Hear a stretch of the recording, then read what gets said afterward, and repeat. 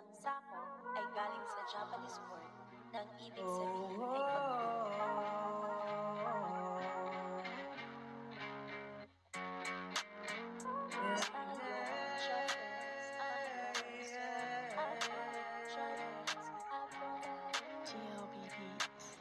Team Sako, hindi to magbabago. Lagi niyong pinanghawakan ng pangako na kahit kailan hindi to mapapako. Sila ay napakabuting mga tao, kaya kami ngayon sa inyo ay saludo. Dahil sa napakabusilak yung mga puso.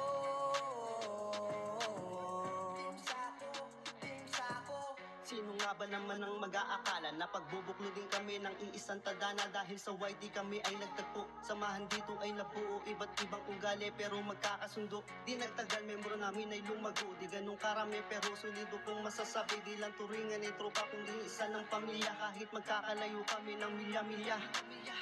Team Sako, hindi to magbabago. Lagi niyong pinanghawakan ng pangako na kahit kailan hindi to mapapako. Sila ay napakabuting mga tao, kaya kami ngayon sa inyo ay saludo. Dahil sa